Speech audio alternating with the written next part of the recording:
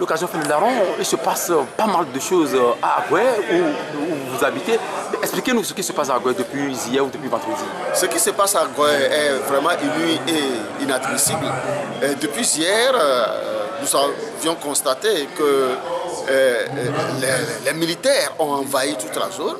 Ils arrêtent tous les passants pour demander les cartes, alors qu'ils savent que 70% de la population électorale au Togo n'a pas de carte d'identité.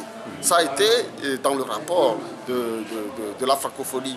Alors, comment on peut comprendre qu'en ce moment précis, que la population d'Agoué, depuis un certain temps, est vent debout pour rejeter la gouvernance de M. Faure Gnassingbé et qu'on trouve qu'il faut aller maintenant leur demander les cartes d'identité comme si on les soupçonne d'être des étrangers au Togo. Donc, depuis hier, il y a eu des rafles. On a arrêté des gens avec leurs motos qu'on a rejetés en prison jusqu'à présent. On ne sait pas qu'est-ce qui leur sont réservés. Donc, Agoué est dans une situation de sinistre politiquement parce qu'on ne peut plus sortir comme on veut, surtout à partir de 20h. Agoué est devenu difficile.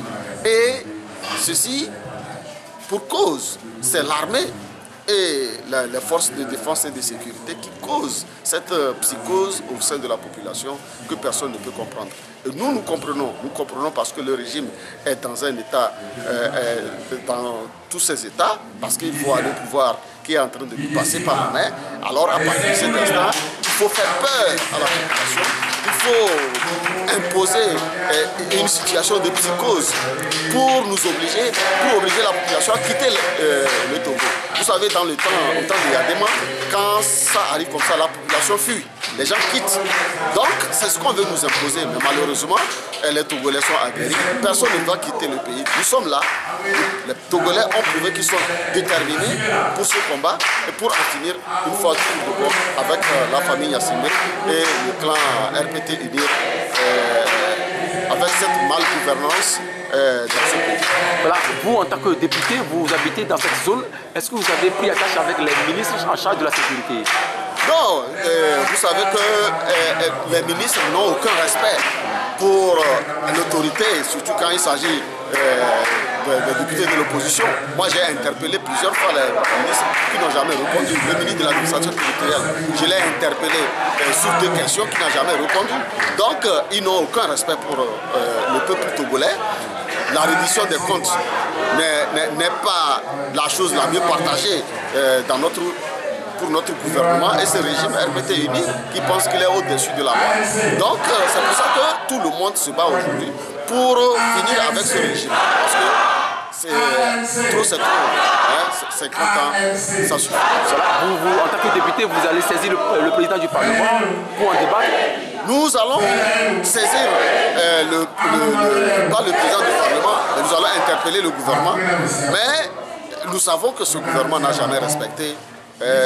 En tout cas, les interpellations, ils n'ont jamais donné d'explications. Nous avons plusieurs interpellations là-bas qui dorment.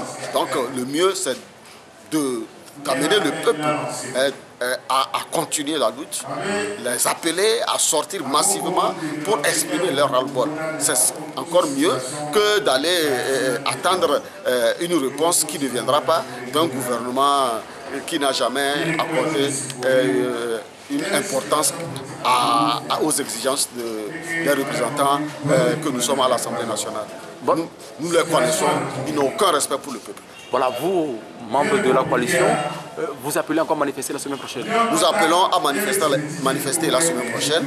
Et le communiqué, j'ai appris que le communiqué est sorti avec des itinéraires bien précis, quoique selon certaines informations que le ministre de l'administration se permet en violation de la loi de fixer lui-même ses itinéraires comme si nous sommes dans un pays, dans un état bananier où chacun, parce que vous aviez une autorité et un pouvoir, vous pouvez piétiner tout le monde comme vous voulez. Je pense que cette fois-ci, les Togolais ne vont pas se laisser faire. Honorable Ouno Tchaniaou, merci beaucoup.